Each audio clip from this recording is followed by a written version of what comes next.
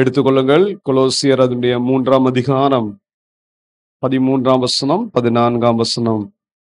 ஒருவரை ஒருவர் தாங்கி ஒருவர் பேரில் ஒருவருக்கு குறைபாடு உண்டானால் கிறிஸ்து உங்களுக்கு மன்னித்தது போல ஒருவருக்கொருவர் மன்னியுங்கள். இவை எல்லாவற்றின் மேலும் பூரண சர்க்குணத்தின் கட்டாகிய அன்பை தரித்துக் கொள்ளுங்கள். கர்த்தர் இந்த வசனங்களை நமக்கு ஆசீர்வதித்து தருவாராக. ஜெபிப்போம். அன்பின் பிதாவே, இந்த நல்ல வேலைக்காக நன்றி. இந்த கால வேளையில உம்முடைய மகிமையின் பிரசன்னத்தினால் எங்களை நிரப்புவீராக. உம்முடைய வார்த்தையை நாங்கள் வாசித்திருக்கிறோம். இந்த வார்த்தையை நாங்கள் தியானிக்கும் பொழுது தேவனாகிய கர்த்தர் எங்களோடு இடைப்படுவீராக, எங்களோடு பேசுவீராக.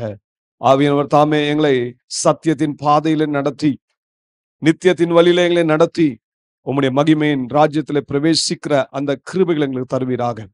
ஆண்டவரே, இந்த வேலையிலும் எங்களை தாழ்த்தி முற்றிலுமா அர்ப்பணிக்கிறோம். இந்த வேதவசனத்தில் இருக்கிற ரகசியங்களை அறிந்து கொள்ள எங்கள் கண்களை திறந்தருளும்படியாய் ஜெபிக்கிறேன். ஆவியானவர் தாமே எங்கள் ஒவ்வொருத்தரோடும் தனிப்பட்ட விதத்துல பேசுவீராக.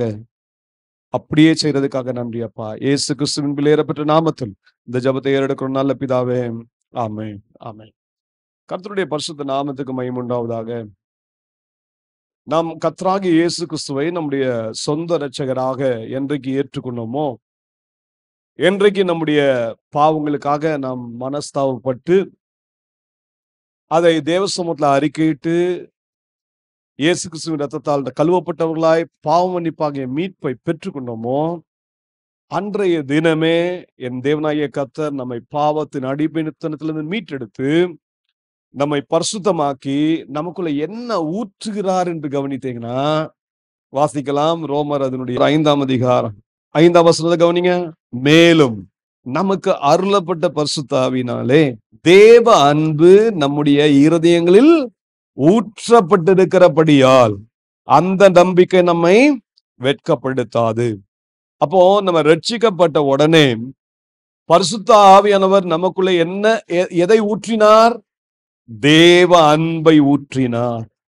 இந்த அன்புக்கு பேர் தான் அகாப்பே அன்பு. இந்த அன்பை நமக்குள் ஊற்றினார். ஒவ்வொரு ரட்சிக்கப்பட்ட தேவ பிள்ளைக்கும் ஒரு பெரிய ஒரு ஸ்லாக்கியம் கிடைக்கிறது. என்ன ஸ்லாக்கியம்னா, மகா பரிசுத்தமான விசுவாச தேவன் பெறுகிறான், அவள் பெறுகிறான். அதே போல தேவனுடைய அன்பை அந்த மகள் அந்த மகன் பெற்றுக்கொள்கிறான். இவ்வளவு பெரிய பாக்கியம் பாருங்க. இன்னைக்கு நீங்களும் நானும் தேவனுடைய பிள்ளைகளாக இருக்கிறோம் என்றால் அதில் சில விசேஷித்த தன்மைகள் அடங்கி இருக்கிறது. அந்த தன்மை எப்படி நமக்குள்ள வருதுன்னா, தேவன் நமக்குள்ள ஏதோ வைத்திருக்கிறார். அதுதான் அவருடைய மகா பரிசுத்தமான விசுவாசத்தை கொடுத்திருக்கிறார். அவருடைய அன்பை நமக்கு கொடுத்திருக்கிறார். இதெல்லாம் தேவன் கொடுத்து நம்மை விசேஷித்த மனிதர்களாக, சிறப்பான ஒரு மனிதர்களாக நம்மை மாற்றுகிறார். ஆகவே இந்த காலவேளையில தேவனுக்கு நீங்களும் நானும் நன்றி சொல்ல கடமைப்பட்டிருக்கிறோம். இனி நம்மை பாவி என்று தேவன் பார்க்கிறதுல மாறாக நம்மை பரிசுத்தராக பார்க்கிறார். நம்மை பரிசுத்தவான்கள் என்று தான் அழைக்கிறார். அப்போ இன்றைக்கு தேவன் நமக்கு கொடுத்திருக்கிற அந்த தேவ அன்பை குறித்து நம்ம மிகவும் கவனமா இருக்கணும். அதை தான் அப்போஸ்தலனாகிய பவுல் இங்கே தேவ பிள்ளைகளுக்கு சுட்டி காட்டுகிறார். இந்த அதிகாரத்தை ஆரம்பிக்கும் போதே பாருங்க, முதல் வசனத்திலே பாருங்க, நீங்கள் கிறிஸ்துவுடனே கூட எழுந்ததுண்டானால். அப்ப நம்ம கிறிஸ்துவோடு எழுந்து விட்டோமா? எந்த மனிதன் பாவ மன்னிப்பின் நிச்சயத்தை பெற்றுக் கொள்கிறானோ, எந்த மனிதன் தண்ணீரில் மூழ்கி ஞானஸ்நானம் பெற்று அவரோட உடன்படிக்கை செய்கிறானோ, அந்த மனிதன் தான் தேவனோடு கிறிஸ்துவுடன் கூட எழுந்தவன். அந்த கிறிஸ்துவுடன் கூட நம்ம எழுந்ததாய் இருப்போம் என்றால், நாம் உயிர்ப்பிக்கப்பட்ட மக்களாய் இருப்போம் என்றால், நாம் எதை தேட வேண்டும், எதை நாட வேண்டும் என்பதையும் பவுல் சுட்டி காட்டாமல் இல்லை. அவர் சொல்றாரு, கிறிஸ்து தேவனுடைய வலது பார்சத்தில் வீற்றிருக்கிற இடத்தில் உள்ள மேலானவைகளை தேடுங்கள். அப்ப எதை தேடக்கூடாது? பூமியில் உள்ளவைகளை தேடக்கூடாது, அதை நாடக்கூடாது. ஏன் தெரியுமா? நீங்களும் நானும் பாவத்துக்கு மரித்து போய்விட்டோம். நீங்களும் நானும் ஒரு பரிசுத்தமான ஜீவியத்துக்கு நம்மை முற்றிலுமா அர்ப்பணித்திருக்கிறோம். இனி நம்முடைய ஜீவன் கிறிஸ்துவுடன் இணைந்து விட்டது.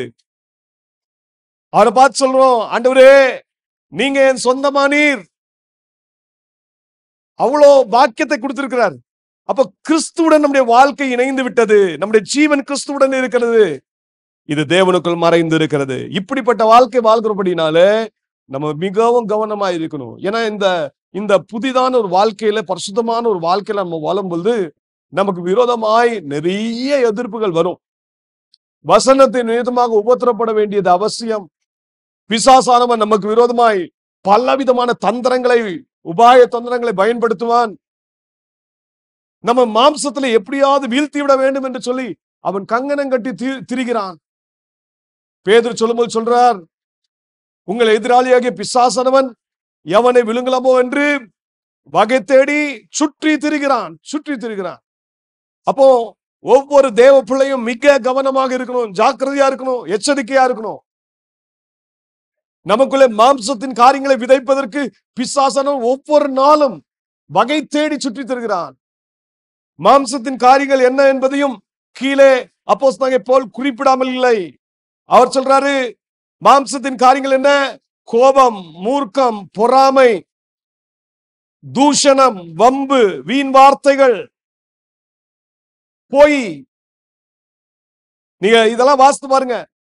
துரிச்சை, விக்கிரகாராதனை, விபச்சாரம், அசுத்தம், மோகம், பொருளாசை, இவை எல்லாவற்றையும் விட்டுட்டு தான் நம்ம வந்தோம்.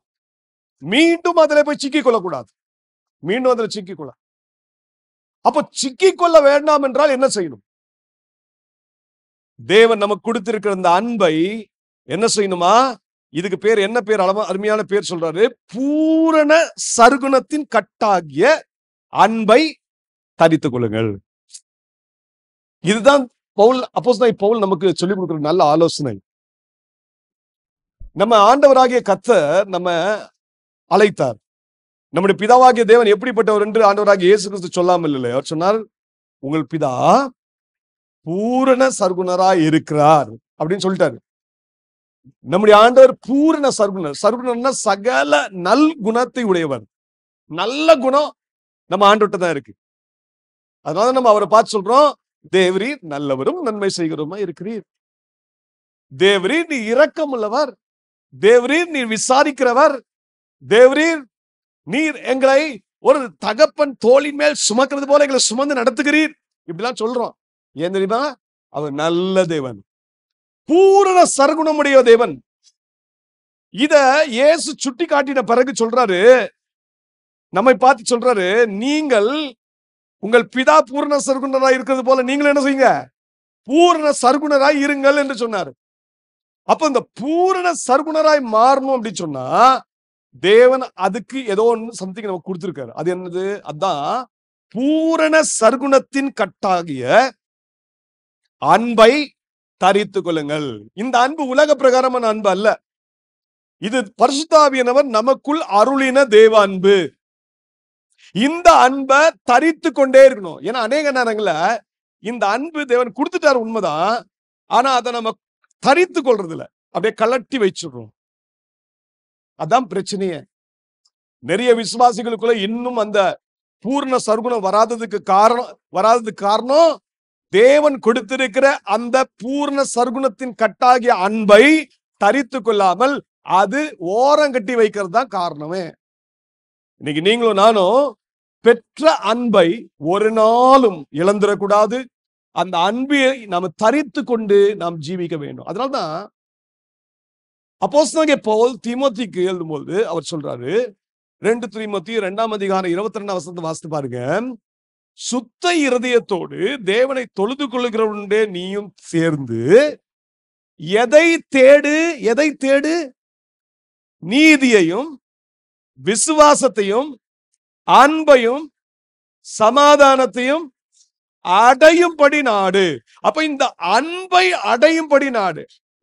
அன்பு கொடுக்கப்பட்ட ஒரு அன்பை அடையும்படி நாடுன்னா என்ன அர்த்தம்னா அதை பூர்ணமாக்கும்படி நாடு. அந்த அன்பிலே முழுமை பெறு என்று சொல்லுகிறார். அப்ப நீங்களும் நானும் தேவ அன்பை நாட வேண்டும். அன்பை உள்ள வச்சிருக்காரு. வச்சதுதான் இப்ப நாடணும்னு சொல்றாரு. நீங்க அதை நாட நாட நாடதான் நீங்க தேவனுடைய அந்த பூரண சர்க்குணத்தை தரித்துக் கொள்வீர்கள். இந்த காரியத்தை ஆண்டவராகிய இயேசு கிறிஸ்து எப்படி சொன்னார்? இன்னும் அழகா சொல்ற கவனிங்க. யோவான் 15ஆம் அதிகாரம் 9ஆம் வசனம். பிதா என்னில் அன்பாய் இருக்கிறது போல நானும் உங்களில் அன்பாய் இருக்கிறேன். என்னுடைய அன்பிலே நிலைத்திருங்கள். நல்ல கவனிங்க. இயேசு இந்த உலகத்துல வாழ்ந்த நாட்களிலே பிதாவின் அன்பில் நிலைத்திருந்தார். பிதாவின் அன்பில் நிலைத்திருந்ததுனாலேதான் அவரிடத்திலிருந்து இந்த பூர்ண சர்க்குணம் வெளிப்பட்டது. இயேசுவுக்கு விரோதமாய் எத்தனையோ இகழ்ச்சியான பேச்சுகள் பேசப்பட்டது. அந்த நாட்கள் இந்த பரிசேயர்கள், அந்த நாட்கள் இந்த சதுசேயர்கள், இதை தவிர மற்ற அந்த ரோம அதிகாரிகள், இவர்கள் இயேசுவிடம் குற்றம் கண்டுபிடிக்க வேண்டும் என்று சொல்லி மிகவும் பிரயாசம் எடுத்தார்கள். அவர்கள் இயேசு நன்மை செய்தாலும் அவருக்கு தீமை செய்தார்கள். அந்த நேரத்தில் கூட என் ஆண்டவர் அன்பை வெளிப்படுத்தினார். சிலுவையிலே அவர் மரித்த பொழுது யோசித்து பாருங்கள், அவரை எந்த அளவுக்கு அவரை பரிகாசம் பண்ணினார்கள், எப்படியெல்லாம் அவரை துன்பப்படுத்தினார்கள். யூத ஜனங்கள் செய்தார்கள், ரோம அதிகாரிகள் செய்தார்கள், ஆசாரியர்கள் செய்தார்கள். எல்லாரும் இயேசுவுக்கு விரோதமாய் எழும்பினார்கள். அப்படிப்பட்ட அந்த துரோகிகளையும் அப்படிப்பட்ட நன்றியற்றவர்களையும் இயேசு எப்படி அவர்களிடம் தன்னுடைய அன்பை வெளிப்படுத்தினார்னா, சிலுவையில அவர் மரிக்கும்போது சொன்னார், பிதாவே இவர்களை மன்னியும், இவர்கள் செய்கிறது இன்னதென்று அறியாமல் செய்கிறார்கள். பூர்ண சர்க்குணத்தின் கட்டாகிய அன்பை இயேசு சிலுவையின் மரண பரியந்தம் தரித்துக் கொண்டார். இன்னைக்கு நீங்களும் நானும் அதற்கென்று தான் அழைக்கப்பட்டிருக்கிறோம். நன்றாக கவனியுங்கள். இயேசுவினுடைய அந்த மன்னிப்பின் அந்த காரியம் எதனால வெளிப்படுதுன்னா, அவரிடத்தில் இருந்த அந்த பூரண அன்பு செய்தது. பிதாவின் மேல் வைத்த அன்பு, பிதாவின் அன்பிலே நிலைத்திருந்தபடியினாலே அவராலே எப்படிப்பட்ட துரோகியாயிருந்தாலும், அவரை எப்படியோ துக்கப்படுத்தி துன்பப்படுத்தி அவரை வேதனைப்படுத்தினாலும், எத்தனைதான் அவரை பரிகசித்தாலும் அந்த மனிதரையும் நேசிக்க வைத்தது, அந்த மனிதரையும் மன்னிக்க வைத்தது. ஆகவேதான் அப்போஸ்தலன் பவுல் நம்ம சொல்றாரு, நீங்களும் அதே இயேசு கிறிஸ்துவின் சுபாவத்தை வெளிப்படுத்துங்க. ரட்சிக்கப்பட்ட உடனே நமக்கு விரோதமாய் இப்படிப்பட்ட காரியங்கள் நடைபெறும். நமக்கு விரோதமாய் ஜனங்கள் எழும்புவார்கள், நம்மை பரிகசிப்பார்கள், நமக்கு விரோதமாய் நிந்தையான பேச்சுகளை பேசுவார்கள். அது வெளியில மாத்திரமல்ல, உள்ளே இருக்கும். விசுவாசிகளே செய்வார்கள். ஆண்டவராகிய இயேசு கிறிஸ்து சொன்னார், ஒருவனுடைய வீட்டாரே அவனுடைய சத்ரு. இதெல்லாம் நடக்கும். ஆனால் இதன் மத்தியிலும் நம்ம என்ன திரும்ப செய்யணும்? ஒருவர் ஒருவர் தாங்கி, ஒருவர் பேரில் ஒருவருக்கு குறைபாடு உண்டானால், கிறிஸ்து நம்மை மன்னித்தது போல ஒருவருக்கு ஒருவர் என்ன செய்யணும்? மன்னிக்கணும். கிறிஸ்து என்னை மன்னித்தார். நம்முடைய மன்னிப்பின் அளவுகோல் என்னன்னா, கிறிஸ்து மன்னித்தது போல. ஹல்லேலூயா. உங்க மன்னிப்புக்குள்ள அளவுகோல் வச்சுக்காதீங்க. நீ இப்படி செய்தால் நான் உன்னை மன்னிப்பேன். நம்ம மன்னிப்புலாம் இப்படிதான், நீ இப்படி செஞ்சா உன்னை மன்னிப்பேன். அப்படி வைக்காதீங்க. கிறிஸ்து நம்மை மன்னித்தது போல. இதே காரியத்தை தான் கொலோசை பட்டணத்துல விசுவாசிக்கு மாத்திரம் சொல்ல, அப்போஸ்தலனாகிய பவுல் எபேசு பட்டணத்து விசுவாசிகளுக்கும் சொல்றாரு. கவனிங்க. எபேசியர் 4ஆம் அதிகாரம் அதனுடைய 31ஆம் வசனத்தை கவனிங்க. சகல விதமான கசப்பும் கோபமும் மூர்க்கமும் கூக்குரலும் தூஷணமும் மற்ற எந்த துர்குணமும் உங்களை விட்டு நீங்க கடவது, ஒருவருக்கொருவர் தயவாயும் மன உருக்கமாயும் இருந்து கிறிஸ்துவுக்குள் தேவன் உங்களுக்கு மன்னித்தது போல நீங்கள் ஒருவருக்கொருவர் மன்னியுங்கள். எப்படி கிறிஸ்து நம்மளை மன்னித்தாரோ தேவன் நம்மாய் மன்னிக்க நம்ம அழைக்கப்படுகிறோம். இது சாதாரணமா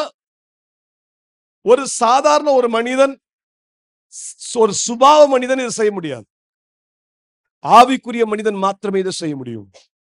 புது சிருஷ்டியாய் மாறின மனிதன் மாத்திரமே செய்ய முடியும். ஏன் தெரியுமா?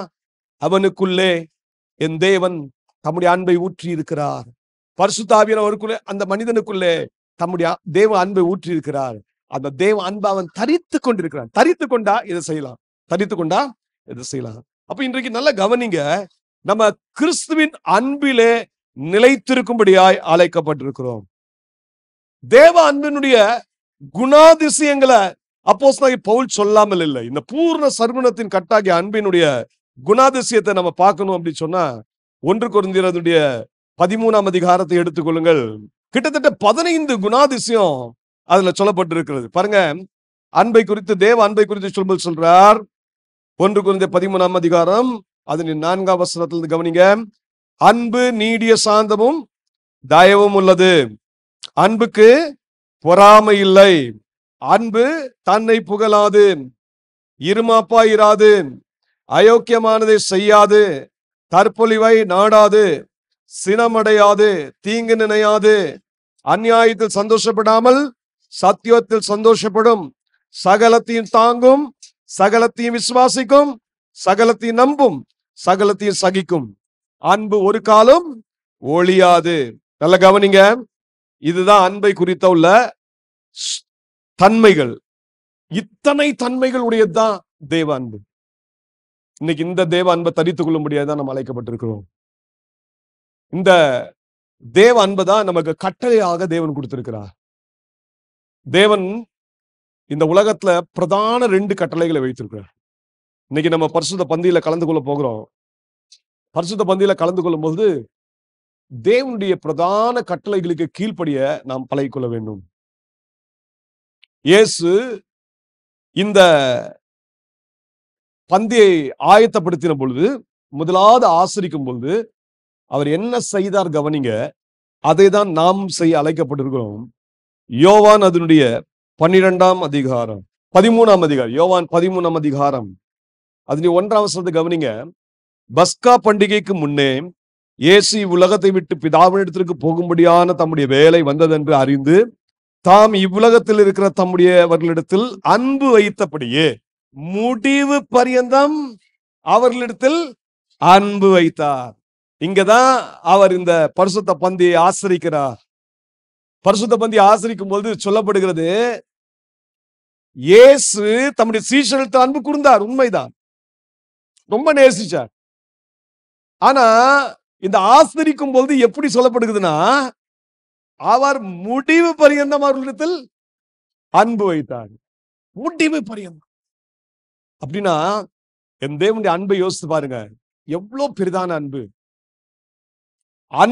அன்பு கூறுங்கள் என்று சொன்ன தேவன் பிரதான கட்டளையாக 2 கட்டளையை கொடுத்தாரு. அந்த கட்டளையை கொடுத்த தேவன் தாமே அதை அனுசரித்தார். எப்படிப்பட்ட சீஷர்களுக்கு அன்பு கூர்ந்தார் அப்படின்னு சொன்னா, அவரை தன்னந்தனியா விட்டுட்டு ஓட போகிற சீஷருக்கு அன்பு கூர்ந்தார். அவரை காட்டி கொடுக்க போகிற யூதாஸ் காரியத்துடன் அன்பு கூற போகிறார், அன்பு கூர்ந்தார். அவரை மறுதலித்த பேதுருவினிடத்தில் முற்றிலும் அன்பு கூர்ந்தார். யோசிச்சு பாருங்க, நம்ம கிட்ட இப்படி யாராவது செய்வாங்க நமக்கு தெரிஞ்சதுன்னா நம்ம அன்பு கூறுவோம்.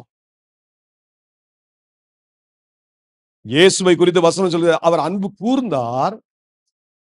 அன்பு கூர்ந்ததோட நிக்கல, இந்த அன்பு அதிகரிச்சுதா குறைஞ்சுதா? அதிகரிச்சுது. பாருங்க, வசனம் சொல்லுது முடிவு பரியந்தம் அவர்களிடத்தில் அன்பு வைத்தார். இப்ப இது என்ன? அப்போ ஆண்டவராக இயேசு கிறிஸ்து சீஷல்கிட்ட மட்டும் தான் அன்பு காட்டினாரா? நமக்கிட்ட காட்டலையா? நமக்கிட்ட எப்படி காட்டினார் கொஞ்சம் கவனிங்க. அப்போஸ்தலன் பவுல் அதை சொல்லும்போது ரோமர் அதனுடைய 8ஆம் அதிகாரம் அதனுடைய 36ஆம் வசனம் 37ஆம் வசனத்தை கவனிங்க. கிறிஸ்துவின் அன்பை விட்டு நம்மை பிரிப்பவன் யார்? உபத்திரவமோ, வியாகுலமோ, துன்பமோ, பசியோ, நிர்வாணமோ, நாசமோசமோ, பட்டயமோ, இவை எல்லாவற்றிலேயும் நாம் நம்மில் அன்பு கூறுகிறவராலே முற்றும் ஜெயம் கொள்கிறவர்களா இருக்கிறோம். அப்போ இயேசு சீஷர்கிட்ட மட்டும் தான் அன்பு கூர்ந்தாரு, நம்மிடமும் அன்பு கூர்ந்தார். அவர் நம்மிடத்தில் அன்பு கூர்ந்தார். ஆகவே நாம் முற்றும் ஜெயம் பெறுகிறவர்களா இருப்போம். இன்னைக்கு நீங்க தேவனுடைய அன்பிலே நிலைத்திருப்பீர்கள் என்றால் அதை தரித்து கொண்டு நீங்க நடப்பீங்கன்னா, ஒன்று சொல்லட்டும், உங்க வாழ்க்கையில தோல்வி அல்ல, முற்றும் ஜெயிக்கிற பிள்ளைகளாக நீங்க மாறுவீங்க. ஹல்லேலூயா. இந்த காலவெளியில நாம தேவனை துதிக்கணும், தேவனை மகிமைப்படுத்தணும். ஆண்டவர் சொன்ன, ஆண்டவரே நீர் கொடுத்திருக்கிற அன்பில நான் நிலைத்திருக்கும்படியான கிருபைகளை தாங்க, என்று சொல்லணும். அப்ப இயேசு கிறிஸ்து நமக்கு கற்றுக் கொடுத்த 2 பிரதான கட்டளைகளை நாம் தியானித்து அதன் மூலமாக இன்னும் தேவனுக்கு பிரியமான பிள்ளைகளை ஜீவிக்க கர்த்தர் கிருபை செய்வாராக. பாருங்க, ஆண்டவராக இயேசு கிறிஸ்து இந்த உலகத்துல இருந்த நாட்களிலே அவரை தேடி ஒரு நியாயசாஸ்திரி வருகிறார். இந்த சம்பவத்தை நீங்களும் நானும் மத்தேயு அதனுடைய 22ஆம் அதிகாரத்துல பார்க்கிறோம்.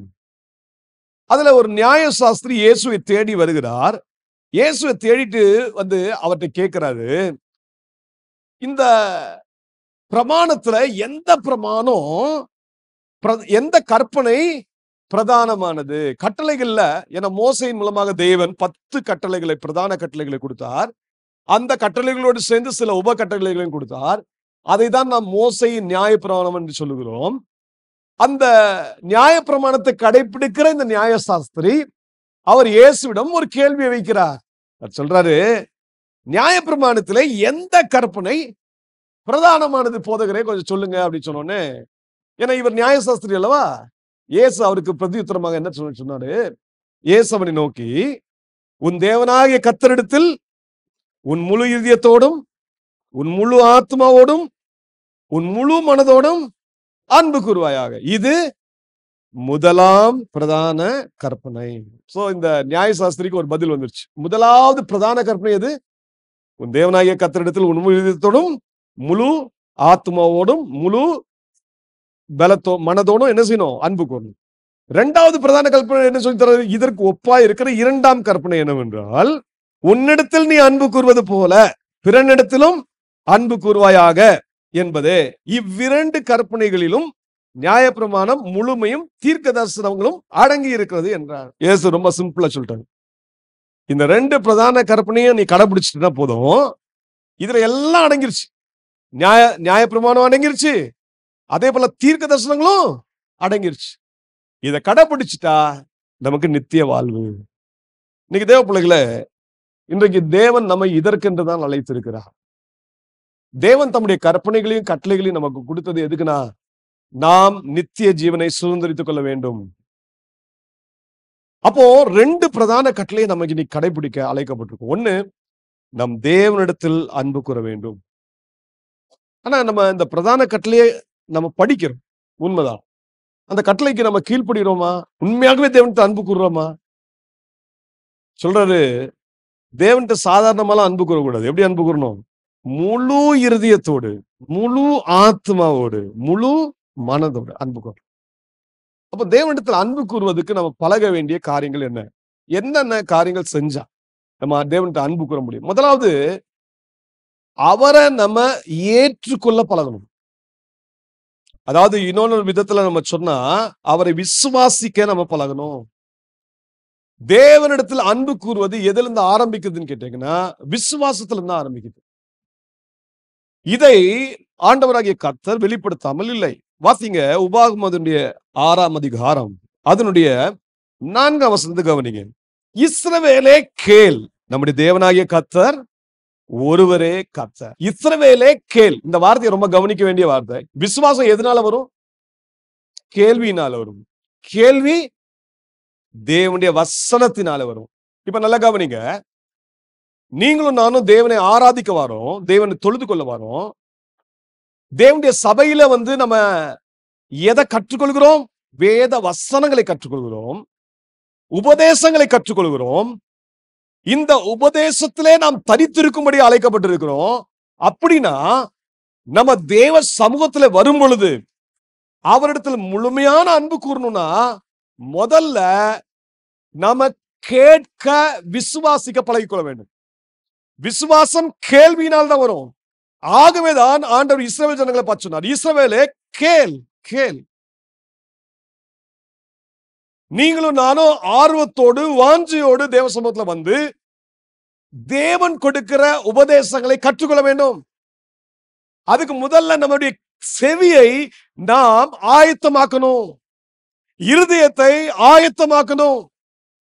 இன்னைக்கு தேவ சமூகத்துல வரும் பொழுது வாஞ்சியோடு வாங்க. ஆண்டவரே, உங்களுடைய வார்த்தையை நான் கேட்க வரேன், அந்த வார்த்தையை நான் உணர்வுள்ள இருதயத்தோடு கேட்க எனக்கு உதவி செய்யுங்க. இஸ்ரவேலே கேள், கேள், கேள். உன் தேவனாகிய கர்த்தர் ஒருவரே. இப்போ கேட்கறது சரியா இருந்துச்சுன்னா உங்க விசுவாசம் சரியான பாதையில போயிடும். அதனாலதான் ஆண்டவராகிய இயேசு கிறிஸ்து சொன்னார், நீ கேட்கிற விதத்தை குறித்து கவனமாயிரு, கேட்கிறதுல உணர்வுள்ளவனாயிரு. இதை சொல்லி கொடுத்தார். ஏன் சொல்லி கொடுத்தார் அப்படின்னு சொன்னா, நீங்களும் நானும் கர்த்தருடைய வசனத்தை எவ்வாறாக பெற்றுக்கொள்கிறோம், ரிசீவ் பண்ணுகிறோம், அதை வைத்துதான் நாம் தேவனிடத்தில் அன்பு கூறுவது அது சாத்தியமாகும். நீங்க தேவனுடைய வார்த்தையை ஏனோதானோ என்று கேட்டீர்கள் என்றால் விசுவாசம் பிறக்காது, விசுவாசத்துல நீங்க வளர முடியாது. அந்த விசுவாசத்துல வளரலனா தேவனிடத்தில் அன்பு கூறவும் முடியாது. முதல் காரியத்தை கவனிங்க, நான் ஆண்டவருடைய வசனத்தை நான் மிகவும் கவனத்தோடு கேட்பேன். பாருங்க, இதே 4ஆம் அதிகாரத்துல ஆண்டவர் இஸ்ரவேல் ஜனங்களுக்கு சொன்னதை கவனிங்க. இஸ்ரவேலர்கள் கிட்ட தேவன் தம்முடைய கற்பனைகளை கொடுத்தார், தம்முடைய வசனத்தை கொடுத்தார், கட்டளைகளை கொடுத்தார். அத கவனமா கேட்கிற மனிதன் தான் என்ன செய்வான்? வசனத்துல வாசிக்கிறோம், 1ஆம் வசனம், இஸ்ரவேலரே நீங்கள் பிழைத்திருக்கும்படிக்கும் உங்கள் பிதாக்களின் தேவனாகிய கர்த்தர் உங்களுக்கு கொடுக்கிற தேசத்தில் நீங்கள் பிரவேசித்து அதை சுதந்தரித்துக் கொள்ளும்படிக்கும் நீங்கள் கைக்கொள்வதற்கு நான் உங்களுக்கு போதிக்கிற கட்டளைகளையும் நியாயங்களையும் கேளுங்கள். இப்போ கேளுங்கள் என்ற வார்த்தையை பயன்படுத்துறவங்க திருப்பி, அதனால்தான் சொல்றேன், கேட்கிற விதத்தை குறித்து கவனமா இருங்க. இதை வைத்துதான் வசனத்தின் மேல விசுவாசம் வரும், தேவன் மேல விசுவாசம் வரும். சரி, இந்த விசுவாசம் வந்துருச்சுன்னா நீங்க அடுத்த கட்டமை என்ன செஞ்சிருவீங்க? நீங்க கர்த்தருடைய வார்த்தைக்கு கீழ்ப்படிய ஆரம்பிச்சிருவீங்க. ஹல்லேலூயா, ஹல்லேலூயா. பாருங்க, தேவனுடைய வசனத்தை கேட்கறதுல ரொம்ப கவனமாக. ஏன் தெரியுமா? இந்த கட்டளைகளுக்கு நம்ம கேட்கதான் இந்த கட்டளைகள் நம்முடைய உள்ளத்துல, விசுவாசத்துல நம்ம உள்ளத்துல ஏற்றுக்கொள்ளும் பொழுது இதனாலே நாம் பிழைப்போம், இதனாலே நாம் தேவனுடைய ஆசீர்வாதங்களை சுதந்திரிப்போம், நாம் தேவனுக்கென்று விசேஷித்த பிள்ளைகளாக காணப்படுவோம், நல்ல பெரிய தேவனுடைய ஒரு ஆசீர்வாதமான ஜாதியாய் காணப்படுவோம். இப்படிப்பட்ட கிருபைகளை தேவன் நமக்கு தருவாராக. அதனால்தான் சொல்றாரு, இஸ்ரவேலே கேள் கேள். இப்போ கேட்ட உடனே பாருங்க, அடுத்த வசனத்துல கவனிக்கிற அதை 6:5, நீ உன் தேவனாகிய கர்த்தரிடத்தில் உன் முழு இதயத்தோடும் முழு ஆத்மாவோடும் முழு பலத்தோடும் அன்பு கூறுவாயாக. ஏன்னா இப்போ விசுவாசம் உள்ள பிறந்துருச்சு, விசுவாசம் உள்ள வளர ஆரம்பிச்சிருச்சீங்க, விசுவாசத்துல வளர ஆரம்பிச்சிட்டீங்க. இப்போ வசனம் சொல்ல, நீ அன்பு கூறுவாயாக. இப்போ அன்பு கூறுறது சுலபமா போயிடும். இல்லைன்னா சும்மா அன்பு கூறுங்க சொல்றது பெரிய விஷயம் இல்ல. இந்த அன்பு கூறுவதை நம்ம வாழ்க்கையில அனுசரிக்கணும். அதுக்கு முதல்ல தேவ வசனத்தை கேட்பதிலே கவனமா இருப்போம், அதுக்கு பிறகு அதை விசுவாசிக்கிறதுல கவனமா இருப்போம். அப்ப வேத வசனத்துல நல்லா ஆராய்ந்து பார்க்க நம்ம பழகிக்கொள்ள வேண்டும். தேவனுடைய வார்த்தையை நீங்க எவ்வளவு ஆராய்ந்து பார்க்கறீங்களோ அவ்வளவுக்கு நித்திய ஜீவன் உண்டு. அல்லேலூயா. இயேசு இந்த காரியத்தை தம்முடைய சீஷர்களிடம் சொல்லாமல் இல்லை, அவர்களுக்காக அவர் ஜெபித்தார். அவர் ஜெபித்த பொழுது பாருங்க எப்படிப்பட்ட ஜெபத்தை ஏறெடுக்கிற கவனிங்க. யோவான் 17ஆம் அதிகாரம் 3ஆம் வசனம், ஒன்றான மெய் தேவனாகிய உம்மையும் நீர் அனுப்பினவராகிய இயேசு கிறிஸ்துவையும் அறிவதே நித்திய ஜீவன். அப்ப நித்திய ஜீவன் எதுல இருக்குன்னு கேட்டீங்கன்னா வசனத்துல இருக்கிறது. இந்த வசனத்தை நீங்க எப்படி அந்த நித்திய ஜீவனை சுதந்திரித்துக் கொள்ள போறீங்க? அந்த வசனத்தை நீங்க விசுவாசித்து உங்கள் வாழ்க்கையில ஏற்றுக்கொள்ளும் பொழுது. அதனால்தான் ஆண்டவராகிய இயேசு கிறிஸ்து சொன்னார், வேத வசனங்களை ஆராய்ந்து பாருங்கள், அதனாலே உங்களுக்கு என்ன உண்டு? நித்திய ஜீவன் உண்டு. இன்னைக்கு நீங்களும் நானும் வேத வசனத்தை ஆராய்ந்து பார்க்க அழைக்கப்பட்டிருக்கிறோம். அப்ப ஆராய்ந்து பார்க்கறதுல தான் ரொம்ப கவனமான கேள்வியில இருக்கு, ரொம்ப கவனமா கேட்கணும். அதோட சேர்ந்து இந்த கேட்ட வசனத்தை அப்படியே கீழ்ப்படிய பழகுங்க. எப்படி கீழ்ப்படியணும் பாருங்க. வசனத்தை கீழ்ப்படியும் போது என்ன நடக்குது? வாசியுங்கள். 1 யோவான் 5ஆம் அதிகாரம் 2ஆம் வசனம் 3ஆம் வசனம், நாம் தேவனிடத்தில் அன்பு கூர்ந்து அவருடைய கற்பனைகளை கை கொள்ளும் போது தேவனுடைய பிள்ளைகளிடத்தில் அன்பு கூறுகிறோம் என்று அறிந்து கொள்ளுகிறோம். நல்ல கவனிங்க. இப்ப தேவனுடைய அன்பில நம்ம நிலைத்து இருக்கணும் அப்படின்னு சொன்னா, தேவனிடத்தை முழு மனதோடு அன்பு கூறணும்னா நம்ம அடுத்த ஒரு காரியத்துல தேவ வசனத்தை விசுவாசித்து ஏற்றுக்கொள்வது மாத்திரமல்ல, அதை நம்முடைய வாழ்க்கையில கை கொள்ள பழகினோம். நம் தேவனுடைய கற்பனைகளை கை கொள்ள அவரிடத்தில் அன்பு கூறுகிறோம் என்று அர்த்தம். அல்லேலூயா. தேவ வசனம் நமக்கு நம்ம காதுக்கு இனிமையா இருக்கும்லாம் சொல்ல மாட்டேன். சில நேரங்களில் அது கொஞ்சம் கடினமாகவும் இருக்கும். உங்களுக்கு ஏற்றுக்கொள்வதற்கு ஏற்ற மாதிரி இருக்காது. காலையில வேத வசனத்தை தியானிக்கும் பொழுது ஆண்டவர் உங்களோட பேசுவார். சில குறைகளை சுட்டி காட்டுவார். இப்படி நட, இது செய்யாத, இதற்கு கீழ்ப்படி, நீதியை செய், தீமையை வெறுத்து விடு, இதெல்லாம் சொல்லி தருவார். உடனே கீழ்ப்படிய பழகுங்க. ஏன்னா நீங்களும் நானும் தேவனுடைய கற்பனைகளை கை கொள்ளும் போதுதான் அவரிடத்தில் அன்பு கூறுகிறோம். அப்போ தேவ அன்பு நமக்குள்ள பிரவாகித்து ஓடணும் அப்படி சொன்னா, இரண்டாவது கீழ்ப்படிதல் மிக மிக அவசியம். இப்போ கீழ்ப்படிதலுக்கு நம்ம தேவனுடைய வார்த்தையை நம்ம பெற்றுக்கொண்டே இருக்கணும். ஆண்டவராகிய இயேசு கிறிஸ்து எப்படி கீழ்ப்படிந்தார் கவனிச்சீங்கன்னா, தெய்வ வார்த்தையின்படியே கீழ்ப்படிந்தார். அவரை குறித்து எபிரேயர் எழுதும்போது சொல்றாரு, எபிரேயர் 10ஆம் அதிகாரம் அதனுடைய 7ஆம் வசனத்தை கொஞ்சம் வாசிங்க.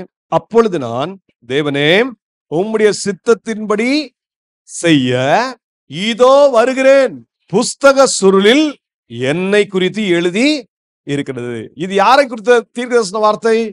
ஆண்டவராகிய இயேசு கிறிஸ்துவை குறித்த தீர்க்க தரிசனமான வார்த்தை. இயேசு கிறிஸ்து தாமே சொல்றார். எப்படி சொல்றாரு? பிதாவே உம்முடைய சித்தம் நான் செய்வதற்கு நான் வந்திருக்கேன், உம்முடைய வார்த்தைக்கு கீழ்ப்படி வந்திருக்கேன். இதை குறித்து எங்க எழுதியிருக்கு? புஸ்தக சுருளில் இதை குறித்து என்னை குறித்து எழுதி இருக்கிறது. நீ இப்படிலாம் நடக்கணும், இப்படிலாம் பண்ணணும் என்பது எழுதி இருக்குது. அப்போ ஆண்டவராகிய இயேசு கிறிஸ்து எதை கீழ்ப்படிஞ்சாரு? வசனத்துக்கு கீழ்ப்படிஞ்சார். நல்ல கவனிங்க, நீங்களும் நானும் தேவன் நமக்கு கொடுத்திருக்கிற அந்த ஆலோசனைகள், நம்ம கொடுத்திருக்கிற அந்த கற்பனைகளை நாம் கையாள பழகணும். இயேசு கிறிஸ்து கையாள பழகினார். அதனால்தான் இயேசு கிறிஸ்துவினால் உலகம் முழுவதுக்கும் ரட்சிப்பு வந்துச்சு. காஸ்பல் நம்ம சொல்றோம், சுவிசேஷம் என்று சொல்றோம். அந்த சுவிசேஷத்துக்கு அடிப்படை என்ன தெரியுமா? இயேசு கிறிஸ்து தான் அதனுடைய அடிப்படை. இயேசு கிறிஸ்துவின் அந்த சிலுவை பாடு, மரணம், அடக்கம் பண்ணப்படுதல், உயிர் தெழுதல், இதுதான் சுவிசேஷம். இந்த சுவிசேஷத்தினால்தான் ஒரு மனிதன் இந்த உலகத்தின் அந்த அந்தகாரத்திலிருந்து விடுவிக்கப்பட்டு ஒளியின் ராஜ்யத்துக்குள்ள பிரவேசிக்கிறான், நித்திய ஜீவனை சுதந்தரிக்கிறான். இந்த சுவிசேஷத்தை குறித்து அப்போஸ்தலன் பவுல் சொல்லும்போது எப்படி சொன்னார் கவனிங்க. 1 கொரிந்தியர் 15ஆம் அதிகாரம் அதனுடைய 3ஆம் வசனம் 4ஆம் வசனத்தை வாசிக்கலாமா? நான் அடைந்ததும் உங்களுக்கு பிரதானமாய் ஒப்புவித்ததும் என்னவென்றால், கிறிஸ்துவானவர் வேத வாக்கியங்களின்படி நமது பாவங்களுக்காக மரித்து அடக்கம் பண்ணப்பட்டு வேத வாக்கியங்களின்படி 3ஆம் நாளில் உயிர் தெழுந்து கேபாவுக்கும் பின்பு 12 தரிசனமானார். நல்ல கவனிங்க, இதுதான் சுவிசேஷம். இயேசு கிறிஸ்து நமக்காக மரித்தார் கல்வாரி சிலுவையில. அவர் மரித்த பின் அவர் அடக்கம் பண்ணப்பட்டார். அடக்கம் பண்ணப்பட்ட இயேசு மீண்டும் மரித்தோரிலிருந்து உயிரோடு எழுந்தார். இன்றைக்கு பிதாவின் வலது பார்சத்துல வீற்றுக் கொண்டிருக்கிறார். இன்றைக்கு இயேசு கிறிஸ்து நமக்கு ஏற்படுத்தின இந்த ரட்சிப்பின் காரியத்தை நம்ம விசுவாசிச்சா நமக்கு ரட்சிப்பு இருக்கு. அப்போ இயேசு கிறிஸ்து இந்த ரட்சிப்பின் காரியத்தை எப்படிங்க நிறைவேற்றினார்? வேத வசனத்தின்படி. அல்லேலூயா. பவுல் அதை குறிப்பிடும் போது அழகா சொல்றாரு, வேத வாக்கியங்களின்படியே இயேசு மரித்தார். அப்ப இயேசு எதுக்கு கீழ்ப்படிஞ்சாரு? வேத வார்த்தைக்கு, கற்பனைகளுக்கு, பிதாவின் கற்பனைகளுக்கு. அதனால்தான் பிதா அவருக்கு அன்பு கூர்ந்தார், பிதாவின் அன்பில நிலைத்திருந்தார். அப்ப இரண்டாவது காரியத்தை கவனிங்க, நீங்களும் நானும் தேவனுடைய வார்த்தையின்படியே கீழ்ப்படிய பழகணும். தேவன் இப்படி சொல்லிட்டாருங்க, தேவனுடைய வசனம் இப்படி சொல்லு, நான் இதை மீற மாட்டேன். இரண்டாவது காரியம். மூணாவது காரியத்தை கவனிங்க, நம்ம தேவ அன்புல இன்னும் நிலைத்திருக்கணும் அப்படின்னு சொன்னா, தேவன்கிட்ட இன்னும் அன்பு கூறணும்னு சொன்னா, கீழ்ப்படிதலோடு நின்று விடக்கூடாது. மற்றவர்களுடைய அந்த வாழ்க்கையை நம்ம பார்க்கணும், ஆராய்ந்து பார்க்கணும். அநேக பரிசுத்தவான்கள் தேவனுக்கு கீழ்ப்படிந்தார்கள். இதெல்லாம் ஏன் எழுதப்பட்டிருக்கு தெரியுமா? திருஷ்டாந்தமாக எழுதப்பட்டிருக்கிறது. நீங்க தேவனுடைய பரிசுத்தவான்கள் எவ்வளமாக வாழ்ந்தார்கள், அவங்களுடைய வாழ்க்கை முறை என்ன என்பதை நீங்க படித்து அதுல இருந்து நீங்க கற்றுக்கொண்டீங்கன்னா நீங்க தேவனுக்கு அன்பு கூற பழகுவீங்க. நமக்கு ஒரு நிறைய உதாரணங்கள் இருக்கு. அதுல இன்னொன்னு நல்ல உதாரணத்தை சொல்றேன். மோசே என்ற தேவதாசன், மோசே தேவனுக்கு கீழ்ப்படுகிற ஒரு மனிதனாய், தேவனுக்கு அன்பு கூறுகிற ஒரு மனிதனாய் காணப்பட்டார். பாருங்க, மோசையை குறித்து வேதம் என்ன சொல்லுகிறது? 11ஆம் அதிகாரத்தை பாருங்க. அதனுடைய 11-23 மோசே பிறந்தபோது அவனுடைய தாய் தகப்பன் அவனை அழகுள்ள பிள்ளைகள் என்று கண்டு விசுவாசத்தினாலே ராஜாவின் கட்டளைகளுக்கு பயப்படாமல் அவனை 3 மாதம் ஒளித்து வைத்தார்கள். விசுவாசத்தினாலே மோசே தான் பெரியவனான போது பார்வோனுடைய குமாரத்தின் மகன் எனப்படுவதை வெறுத்து அனித்தியமான பாவ சந்தோஷங்களை அனுபவிப்பதை பார்க்கலும் தேவனுடைய ஜனங்களோட துன்பத்தை அனுபவிப்பதையே தெரிந்து கொண்டு இனி வரும் பலன் மேல் நோக்கமாய் இருந்து எகிப்தில் உள்ள பொக்கிஷங்களிலும் கிறிஸ்துவின் நிமித்தம் வரும் நிந்தையை அதிக பாக்கியம் என்று எண்ணினான். விசுவாசத்தினாலே அவன் அதர்சனமானவரை தரிசிக்கிறது போல உறுதியாயிருந்து ராஜாவின் கோபத்துக்கு பயப்படாமல் எகிப்தை விட்டு போனான். விசுவாசத்தினாலே முதற் பேரானவைகளை சங்கரிக்கிறவன் இஸ்ரவேலை தொடாதபடிக்கு அவன் பஸ்காவையும் இரத்தம் பூசுதலாகிய நியமத்தையும் ஆசரித்தான். இதுதான் மோசையுடைய வாழ்க்கை. நீங்க படிக்க படிக்க படிக்க மோசை எப்படி ஆண்டவருக்கு கீழ்ப்படிந்தார் பாருங்க. அவருடைய வாழ்க்கை நமக்கு ஒரு பெரிய எடுத்துக்காட்டு. இதெல்லாம் நம்ம படிக்க படிக்க என்ன செய்யணும்? சபை கூடி வரும்போது என்ன செய்யணும்? அதான் 25ஆம் வசனத்துல 10ஆம் அதிகாரம் 25ஆம் வசனம் சொல்ல, சபை கூடுதலை சில விட்டு விடுகிறது போல நீங்க விட்டு விடாம ஒருவருக்கு ஒரு புத்தி சொல்லுங்க. என்ன புத்தி சொல்லுவீங்க? அன்புக்கும் நற்கிரியைகளுக்கும் நாம் ஏவப்படும்படி ஒருவரை என்ன செய்யணும்? கவனிக்கணும். இதுலதான் நீங்க மற்றொரு உற்சாகப்படுங்க. அப்போ தேவ அன்பை குறித்து அநேக நமக்கு சான்றுகள் வேதத்துல. மோசே இருக்கிறார், தாவீது இருக்கிறார், ஆபிரகாம் இருக்கிறார், ஈசாக் இருக்கிறார், அப்போஸ்தலன் பவுல் இருக்கிறார். இதெல்லாம் தியானிங்க. தியானிச்ச அது உங்க வாழ்க்கையில கடைபிடிச்சு அதை வச்சு மற்றவங்களுக்கு புத்தி சொல்லுங்க. இப்படி நம்ம ஒருத்தருக்கு ஒருத்தர் நம்ம உற்சாகம் மூட்டுகிற பிள்ளைகளா இருந்தா நிச்சயம் சொல்றேன், நம்ம தேவ அன்பிலே நம்ம நிலைத்திருக்க முடியும். அப்ப தேவன்கிட்ட முழுமையான அன்பு பெற முடியும். அதனாலதான் சபை கூடி வருதல். தன்னன் தனியான் இருக்கும்போது சோர்ந்து போயிடுவோம். ஆனா சபை கூடி வரும்போது ஒருத்தரை நம்ம உற்சாகப்படுத்தலாம்.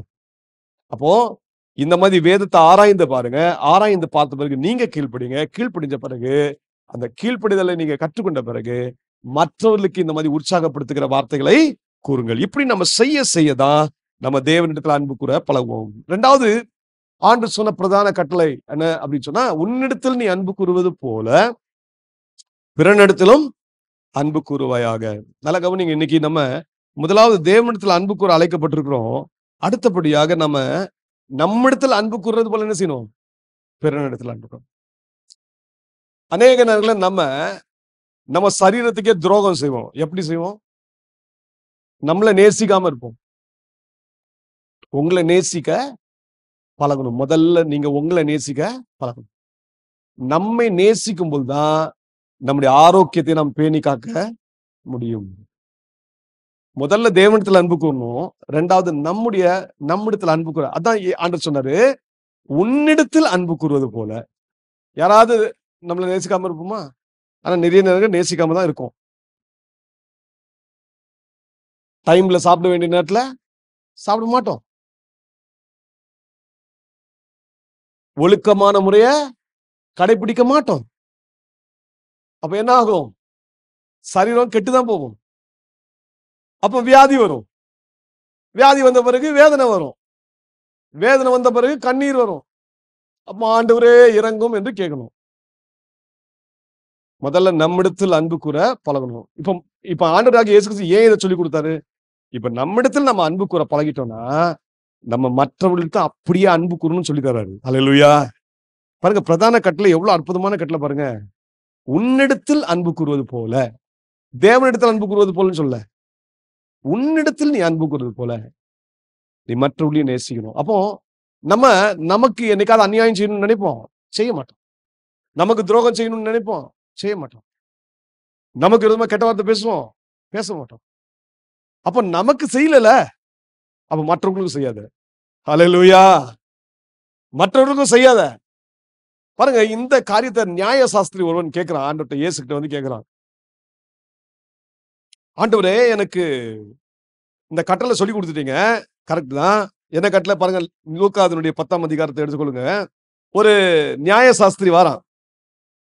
அவன் தன்னை நீதிமான காட்டணும்னு நினைச்சிட்டு இயேசுவை நோக்கி என்ன சொல்றான்? எனக்கு பிறன் யார் என இயேசு இப்ப இந்த கட்டளை சொல்லி கொடுத்தார். உன்னை நேசிக்கிறது போல பிறனை நேசிப்பாய சொன்ன உடனே அவன் கேட்கிறான், எனக்கு பிறன் யார் அப்படின்னு கேட்கிறான், சோதிக்கிறான் ஆண்டவரை. அப்ப ஆண்டவர் நேரடியா பதில் சொல்ல ஒரு நல்ல ஒரு உவமையை சொன்னார். என்ன சொன்னாரு? ஒரு மனிதன் எருசலேம்ல இருந்து எரிகோவுக்கு போறான். எருசலேம்ல இருந்து எரிகோவுக்கு போகும்போது என்ன நடந்துருச்சு? வழியில அவனை கல்லர்கள் பிடிக்கிறாங்க. கல்லர்கள் பிடித்தது மட்டுமல்ல, அவன் வஸ்திரத்தெல்லாம் உரிந்துட்டாங்க, அவனை காயப்படுத்தினாங்க, குற்றுயிரா விட்டுட்டு போயிட்டாங்க. அவன்கிட்ட இந்த பொருட்கள் எல்லாம் எடுத்துட்டு போயிட்டாங்களோ, என்ன எடுத்துட்டு போனா தெரியல. ஆனா அவனை குற்றுயிராக விட்டு போனாங்க. அவன் பாருங்க, 3 கல்லர்கள் செஞ்ச 3 காரியம். வஸ்திரத்தை உறிஞ்சிட்டாங்க, 2வது காயப்படுத்தினாங்க, 3வது குற்றுயிராக விட்டுட்டு போயிட்டாங்க. இப்போ அவன் மரணத்தோடு போராடிட்டு இருக்கான், உயிருக்காக போராடுறான். உயிருக்காக போராடுற மனிதனை அப்படியே கிடக்குறான். அந்த வழியா யார் வரான்னு கேட்டீங்கன்னா, ஒரு ஆசாரியன் முதல்ல வராரு. இவர் தற்செயலா வந்தாராம். இப்படி வசனம் சொல்றது, அது எப்படி வருது? எப்படி வந்தானா? தற்செயலாய். அப்ப இவருக்கு ஒரு முக்கியமான ஏதோ வேலை கிடையாது. தற்செயலா அப்படி போறார். தற்செயலா அப்படி போறாரு. தற்செயலா ஒரு ஆசாரியன் போறான். ஆசாரியன் இந்த குற்றுயிராய் கிடக்குற அந்த மனுஷனை பார்த்தான். பார்த்துட்டு, ஐயோ நமக்கு எதுக்கு இந்த ப்ராப்ளம், நம்ம இதுல போய் இந்த வம்புல போய் மாட்டுவானே, ஏன்னா இவனுக்கு உதவி செய்ய போய் கல்லர்கள் இருந்து இவங்க மேல அட்டாக் பண்ண, ஆசாரியன் தான் உயிரை எப்படி பாதுகாக்கிறது? அவன் பாட்டுக்கு ஓட்டான். எப்படி போனா வசனம் சொல்றது, தற்செயலா அந்த ஆசாரியன் அந்த வழியை வந்து அவனை கண்டு பக்கமாய் விலகி போனான். எப்படி? பக்கமா விலகி போயிட்டான். 2வது இதே மாதிரி தற்செயலா யார் வந்தா? லேவியன் வரான். இந்த லேவியன் வந்து அதே மாதிரி தான் பார்த்தான். நமக்கு ஏண்டா இந்த வம்பு, செத்தா சாகட்டும், நம்ம உயிரை நம்ம பாதுகாப்போம் சொல்லி அவன் பக்கமா போயிட்டான். இந்த 2 பேருமே தேவ ஊழியம் செய்யறவர்கள். ஆசாரியன் தேவனுடைய வாய், லேவியன் கர்த்தருடைய ஆசரிப்பு கூடாரத்துல தேவனுடைய பணிவிடை செய்கிற மனிதன், தேவனுடைய ஊழியத்தை செய்கிற மனிதன். இவங்களுக்கு எவ்வளவு அன்பு இருந்திருக்கணும். ஏன்னா இவங்க தேவனுக்கு முழு மனதோடு, முழு சிந்தையோடு, முழு பலத்தோடு அன்பு கூறுறவங்க. அப்போ இவர்கள் தன்னுடைய சகோதரன், இவன் எங்க இருந்து வந்துட்டு இருக்கான்? எருசலேம்ல இருந்து வரான். எருசலேம்ல இருந்து கீழே இறங்கிட்டு இருக்கான் எரிகோவுக்கு. ஏன் இறங்கினான்னு தெரியாது. எருசலேம்ல தான் தேவாலயம் இருக்கிறது. எருசலேம் தேவனுடைய நகரம். தேவனுடைய ஸ்தலத்துல வாசம் பண்ணுகிற ஒரு மனிதன் எருசலேம்ல இருந்து கீழே வரான், பின்மாற்றத்துல போறான். இந்த ஆசாரியன் உதவி செய்யறதுக்கு பதிலாக என்ன செஞ்சிட்டான்? விலகி போயிட்டான். ஆனா அந்த வழியா இன்னொன்னு ஒரு சமாரியன் வரான். இந்த சமாரியன் வந்து யூதர்கள் வந்து அவ்வளோ நல்ல பார்வையில பார்க்க மாட்டாங்க, இவங்களை கீழே பார்ப்பாங்க. இந்த சமாரியன் வாரான். அவன் எப்படி வாரான்னு கேட்டீங்கன்னா, அவன் பிரயாணமாய் வருகையில், அப்படின்னா இவன் ஏதோ ஒரு நோக்கத்தோட போயிட்டு இருக்கான். இவனுக்கு ஒரு வேலை இருக்கு, இவனுக்கு ஏதோ சம்திங், ஒரு முக்கியமான ஒரு நிகழ்வுக்காக போகிறான். வியாபாரத்துக்கு போயிடலாம். அப்போ அவன் எல்லா ஆயத்தத்தோடு போயிட்டு இருக்கான். அப்போ அவனுக்கு நேரம் மிக முக்கியம். ஆனா இவன் பார்க்கறான், குற்றுயிரா கிடக்கிற மனுஷனை பார்த்த உடனே அவனுக்கு தாண்டி போகிறதுக்கு என்ன வரல. அவன் நினைக்கிறான், நான் இந்த நேரத்துல இருந்தா என்ன நடக்கும்? என்ன எல்லாரும் இப்படியே விட்டுட்டு போயிருவாங்களா? குற்றுயிரா கிடக்குறான் ஏன் சகோதரன் அப்படின்னு சொல்லிட்டு அவன் என்ன செய்யறான்? அவன் கிட்ட வந்து பாருங்க, என்ன என்ன அருமையான வார்த்தை. அவன் கிட்ட வந்து பயப்படலைங்க. திருடன் வந்து இவனையும் அடிப்பான், இவனையும் கொன்று விடுவான் அப்படின்னு பயப்படல. உயிருக்காக போராடுகிற சக மனிதனை குறித்த ஒரு கவலை, ஒரு அன்பு இவனுக்குள்ள இருந்துச்சு. இவன் தன்னை நேசித்தது போல அவனை நேசிச்சான். நான் காண்கிற இந்த சகோதரன் தேவனால் உருவாக்கப்பட்ட மனிதன் என்று உணர்ந்தான். உணர்ந்தவனை கிட்ட போய் என்ன செய்யறான்? அவனுடைய காயங்கள் எல்லாம் எண்ணெயினாலும் திராட்சை ரசத்தினாலும் என்ன செய்யறான்? அதை கட்டி, அந்த எண்ணெய் ஊற்றி திராட்சை ரசத்தெல்லாம் போட்டு காயம் கட்டுறான். காயம் கட்டிட்டு அவனுடைய சுய வாகனத்திலே அவனை ஏற்றி கொண்டு எங்க போறான்? ஒரு சத்திரத்துக்கு போறான். அங்க பராமரிக்க சொல்றான். பராமரிக்க சொல்றதுக்கு தேவையான பணத்தையும் கொடுத்துட்டு போறான். 2 பணம் கொடுத்தானா, காசும் கொடுக்குறாங்க. நேரத்தை கொடுத்தது மாத்திரமல்ல, தன்னுடைய பணத்தையும் கொடுக்குறான். எவ்வளவு அன்பு இவனுக்கு. அந்த சத்திரத்துல விட்டுட்டு அந்த சத்திரக்காரன் என்ன சொல்லிட்டு போறாருன்னா, ஐயா திரும்பி வருவேன், அது வரைக்கும் என்ன செய்யுங்க, இவனை விசாரித்துக் கொள்ளுங்க. அதிகமாய் ஏதாகிலும் இவனுக்காக செலவழித்தால் அதை நான் திரும்பி வரும்போது என்ன செய்வேன், உங்களுக்கு தந்துடுறேன் அப்படின்னு சொல்லி ஒரு உத்தரவாதம் கொடுக்கிறான். யாருக்காக? அந்த சகோதரனுக்காக உத்தரவாதம் கொடுக்கிறான். அந்த சகோதரனை குறித்து ஏபிசிடி இவனுக்கு தெரியாது. அவன் யார், எப்படிப்பட்ட நபர், எந்த கோத்திரம், எந்த குலம், எந்த குடும்பம், அவன் எப்படிப்பட்டவன், இதெல்லாம் தெரியாது. ஆனா இந்த சகோதரன் குற்றுயிராய் கிடக்கிறான். இவன் தேவனுடைய சிருஷ்டிப்பு என்ற ஒரே ஒரு காரணத்தினால என் தேவன் என்னிடத்தில் அன்பு கூறுகிறார், நானும் இவனை நேசிப்பேன் என்று சொல்லி அவனுக்காக எல்லாவற்றையும் செய்கிறான்.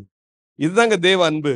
இப்படி சொல்லிட்ட பிறகுதான் ஆண்டவர் கேட்கிறாரு, அந்த நியாயசாஸ்திரிகிட்ட கேட்கிறாரு, இப்போ சொல்லு பிறன் யார் என்று சொன்ன அவனே சொல்றான், யார் இரக்கம் பாராட்டினானோ அவன் தாங்க பிறன் அப்படி சொன்னோன்னே, நீயும் போய் அப்படியே செய் அப்படின்னு சொல்லிட்டு அவனை அனுப்பிவிட்டார். எதுக்கு நான் சொல்றேன்னா, இப்படிதான் நம்மிடத்தில் அனுப்புவது போல பிறனிடத்தில் நம்ம நேசிக்க தெரியணும். இன்னைக்கு நம்ம வாழ்க்கையில நம்ம கண்கள்ல பாக்குறோம், நம்ம வாழ்க்கையில அநேக பேரை நம்ம சந்திப்போம். சந்திக்கிறதுல ஏழை எளியவர்கள், திக்கற்றவர்கள் இருப்பார்கள், தேவையுள்ளவர்கள் இருப்பாங்க. அவங்களை கண்டு கண்ணை திருப்பிட்டு போயிடாதீங்க. பார்த்தீங்களா, உங்களுக்கு தெரிஞ்சதா, அந்த நபருக்கு, அந்த சகோதரனுக்கு, சகோதரிக்கு உதவி செய்யுங்க. நன்மை செய்ய பழகுங்கள். நற்கிரியைகளை செய்வதில் சோர்ந்து போகாதீங்க. நற்கிரியைகள் யார் யாரெல்லாம் செய்யறாங்களோ அவர்களுக்கு தேவன் நித்திய ஜீவனை வைத்திருக்கிறார். பாருங்க, ரோமர் 2ஆம் அதிகாரம் 6ஆம் வசனத்துல கவனிப்போம். தேவன் அவனவனுடைய கிரியைகளுக்கு தக்கதாய் அவனவனுக்கு பலன் அளிப்பார். சோர்ந்து போகாமல் நற்கிரியைகளை செய்து மகிமையையும் கனத்தையும் அழியாமையும் தேடுகிறவர்களுக்கு நித்திய ஜீவனை அளிப்பார். இதே விஷயத்தை தான் கலாத்தியர் 6ஆம் அதிகாரம் 9ஆம் வசனத்துல அப்போஸ்தலன் பவுல் இதே காரியத்தை எழுதுகிறார். அப்போ நற்கிரியைகளை செய்யும்போது என்ன செய்யக்கூடாது, சோர்ந்து போக கூடாது. நம்மிடத்தில் அன்பு கூறுவது போல பிறனிடத்தில் அன்பு கூறணும். இப்படி அன்பு கூர்ந்தா தேவன் நமக்கு என்ன செய்வார், நித்திய ஜீவனை அளிப்பார் என்று வேதம் நமக்கு வாக்களிக்கிறது. இன்னைக்கு நல்லா கவனிங்க. இன்னைக்கு தேவனுடைய இந்த பிரதான கட்டளையை கீழ்ப்படிய தேவன் நமக்கு கிருபை செய்வாராக. அப்போஸ்தலன் பவுல் சொன்னது போல மீண்டும் சொல்லுகிறேன், பூர்ண சர்க்குணத்தின் கட்டாகிய அன்பை தரித்து கொள்ளுங்கள். தரித்து கொள்ளுங்கள். இந்த வருடத்துல இதை தரித்து கொண்டு செயல்படுதுங்க. கர்த்தருடைய வருகை பரியந்தம் இந்த பூர்ண சர்க்குணத்தின் கட்டாகிய அன்பை தரித்து கொள்ள தேவன் நமக்கு கிருபை செய்வாராக.